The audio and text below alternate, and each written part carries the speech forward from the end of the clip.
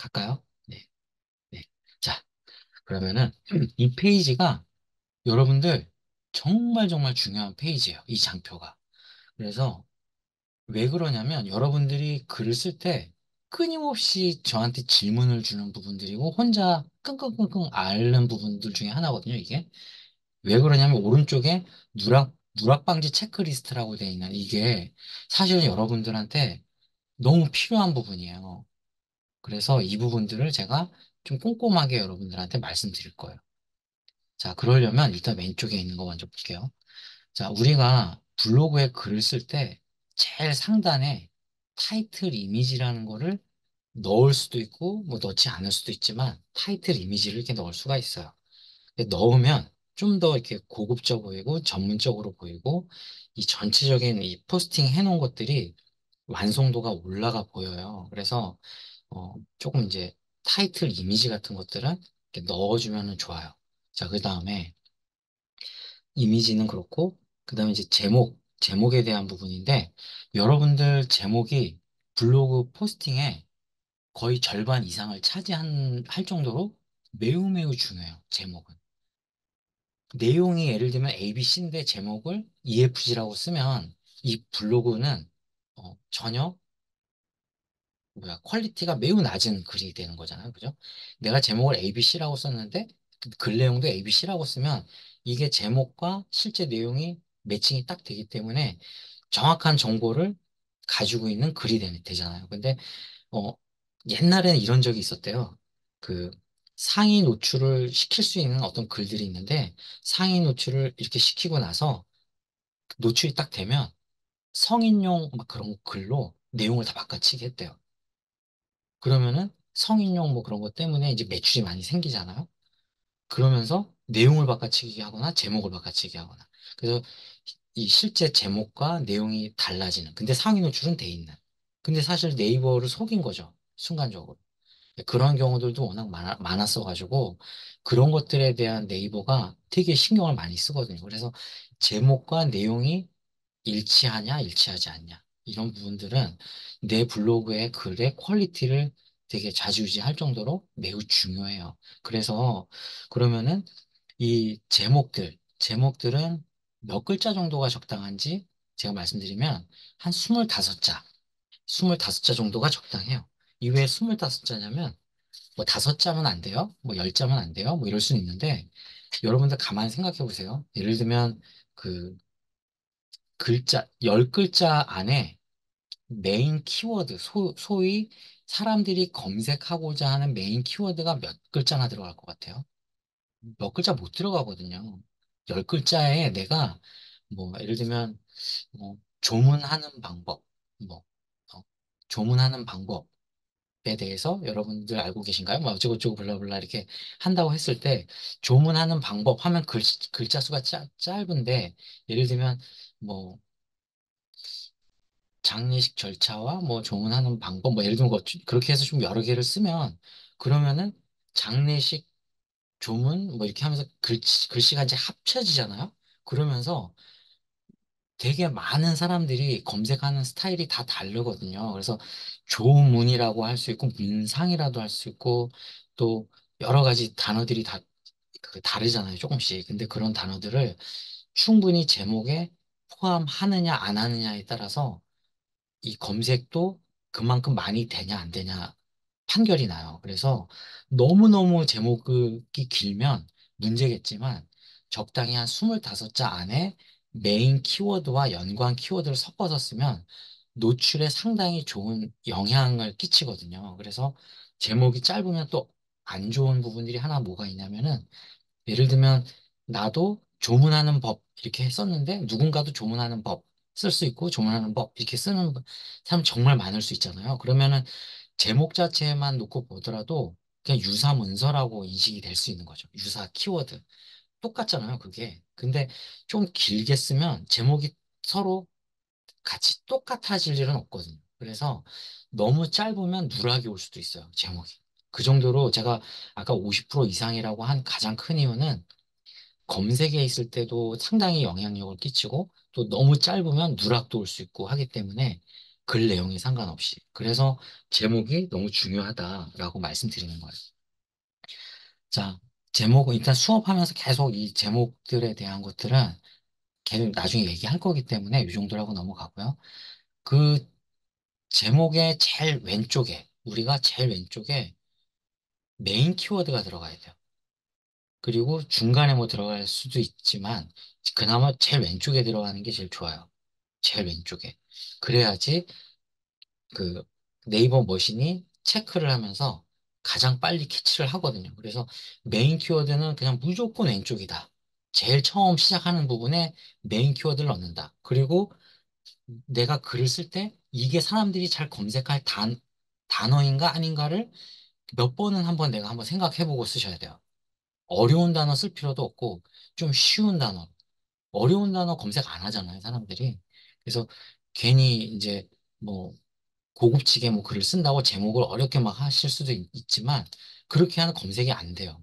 그래서 메인 키워드는 사람들이 검색을 좀 많이 할 수 있는 키워드를 가장 왼쪽에 쓰고 하면 좋다. 그리고 연관 키워드는 뒤에 따라 붙는 거죠. 그래서 내가 수업할 때 항상 많이 얘기했던 이제 부분인데, 뭐 태풍이다. 그러면은 태풍이 메인 키워드가 되는 거고, 뭐 태풍, 뭐 매미 하면 매미가 연관 키워드가 되는 거고, 그쵸? 그다음에 태풍 매미 실시간 이동 경로 뭐 이렇게 한다 그러면은 실시간 이동 경로 이런 게 다 연관 키워드가 되는 거죠. 그죠? 태풍은 제일 왼쪽 메인 키워드가 되는 그렇게 했을 때 되게 파워풀한 제목이 되는 거예요. 자, 그 다음에 글. 글에는 글의 소제목이 있고 내용이 있고 소제목 내용, 소제목 내용이 있는데 어, 여러분들이 네이버 글 아시겠지만 글은 한 200자, 300자 정도 놓고 그다음에 이미지 하나. 또 2, 300자 정도 놓고 이미지 하나. 2, 300자 놓고 이미지 하나. 이런 식으로 넣는 게 좋아요. 그게 딱 어떤 느낌이냐면 예를 들면 단어가 여기다가 여기도 나오지만 단어가 반복되는 수가 너무 많으면 안 좋거든요. 그러면은 네이버가 봤을 때 아, 이건 광고성 글이다라고 인식을 하기 때문에 안 좋아요. 근데 단어가 많아도 이거는 이제 약간 트릭일 수 있지만 그 진리는 아니에요. 그렇지만 그냥 제가 글을 계속 써보니 이런 느낌이 좀 있어요라는 측면에서 그냥 봐주시면 좋을 것 같아요. 글 안에 뭐 여기 들면 서론, 본론, 결론으로 나왔다. 그러면 서론에 어떤 키워드가 10개가 있고요. 본론에도 10개가 있고 그다음에 결론에도 10개가 있다 쳐요. 그러면 전체적으로 하면 30개잖아요. 30개면 매우 안 좋은 글이거든요. 근데 그 사이사이에 이미지를 넣어요. 왜냐면 5개 쓰고 이미지 하나, 5개 쓰고 이미지 하나, 5개 쓰고 이미지 하나, 5개 쓰고 이미지 하나 해서 하면 사이사이에 이렇게 이미지가 딱 들어감으로 해서 이 단어들을 5개씩 끊어주는 역할을 하는 거예요, 이미지가. 조금 이해되세요? 그런 이미지가 끊어주는 역할을 하거든요. 사실 전체적으로 보면 단어가 30개지만 이미지가 사이사이 들어가면서 이렇게 끊어준다. 그래서 그런 역할을 좀 완충 역할을 좀 해주거든요. 그렇지만 사실 좀 전체적으로 어떤 분은 이미지를 조금 넣는 분들, 또 어떤 분들은 많이 넣는 분들 있잖아요. 그러면은 키워드가 이제 반복이 많이 됐는데 이미지가 사이사이 이렇게 끊어준다라고 하면 그나마 조금 커버가 되는 것 같고요. 그리고 만약에 이미지가 조금밖에 없는데 단어 수가 너무 많아가지고 반복이 된다. 그럴 때는 단어를 좀 빼줘야죠. 네, 빼줄 필요가 있어요. 그래서 이 메인 키워드가 너무 많으면 안 되고요. 이제 우측에 조금 이제 보면 제목 25자 해야 되고 본문은 천자 이렇게 돼 있는데 어, 최소 천자고 한 1500자 정도 되면은 괜찮은 것 같아요. 그 다음에 메인 키워드는 500자 기준으로 한 개 정도 들어간다고 보시면 돼요. 내가 이거를 반드시 꼭 노출시키고야 말 거야 라고 하면 너무 많이 도배하지 마시고 500자 기준으로 한 개. 그러면 서론, 본론, 결론에 각각 한 개, 한 개, 한 개씩 들어가고 제목이 하나 들어가고 그렇게. 그러면 네 개가 들어가는 거예요. 그죠? 네. 그렇게 하시면 되고. 키워드가 여러 개가 있을 수 있지만 아무리 많아도 20개를 넘지 않으셨으면 좋겠어요. 이건 이제 그래서 이럴 때 예를 들면 제가 저번에도 예를 들어서 얘기는 했지만 드림, 꿈. 꿈이라는 단어가 많이 들어갔다고 하면 꿈이 어땠고, 꿈 해몽 어떻고, 뭐 돼지꿈은 어떻고 하면 꿈이 되게 많이 들어갈 수 있잖아요. 그렇게 되면 이 꿈이라는 단어를 드림으로도 쓰고 또 한글로 드림 이렇게 또 쓰고 영어로도 DREAM 이렇게 영어로도 쓰고 그렇게 하면 꿈이라는 단어가 30개가 있던 거를 10개, 10개, 10개씩 나눠서 쓸 수가 있잖아요. 그죠? 대체해서. 그렇게 쓰시는 거를 추천드립니다. 그래서 키워드가 반복이 되는 것들은 안 좋다. 블로그를 쓸 때.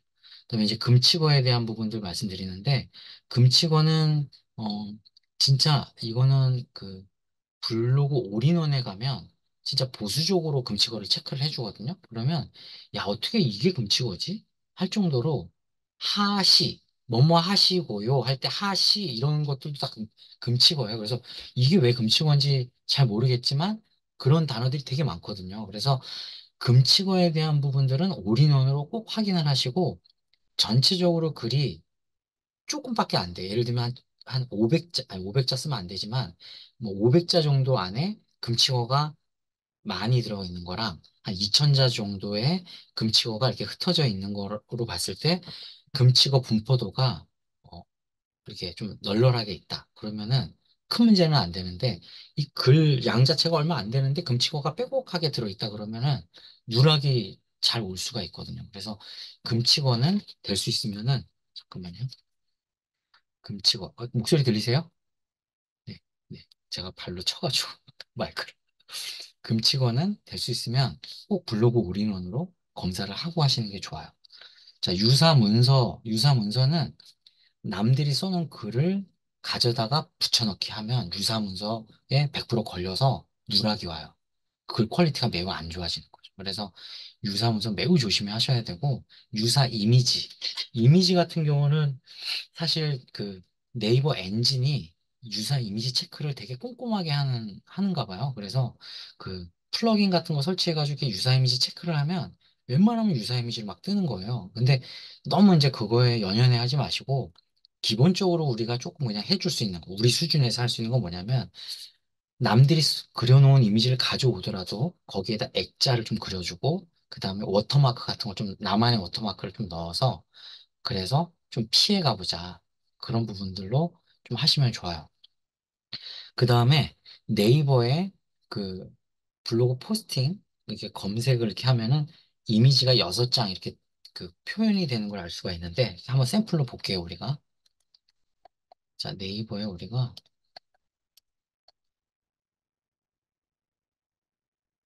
음, 뭘 볼까요?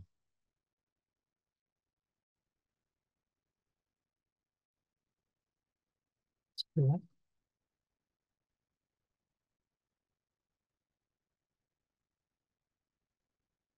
자, 여기 보시면은 하나, 둘, 셋, 넷, 다섯.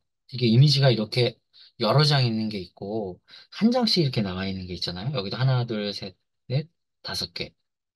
이렇게 하나, 둘, 셋, 넷, 다섯 개 나와 있고, 하나씩 있고, 이렇게 있는데, 그래도 좀 잘 띄워주는 거는 이미지가 여러 장 있는 거를 상위에 띄워줘요. 그러면은 이걸 보고 뭐를 알 수가 있냐면, 지금 여기 5장만 떠 있는데, 이미지를 최소 6장까지는 내 글에 넣어주는 게 좋아요. 6장 정도. 하나 더 한번 찾아볼게요. 음, 뭘 찾지?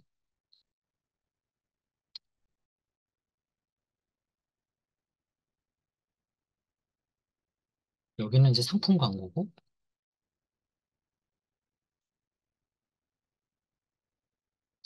얘가 적절하진 않은데, 여기 6장짜리가, 여기, 이거 아니다.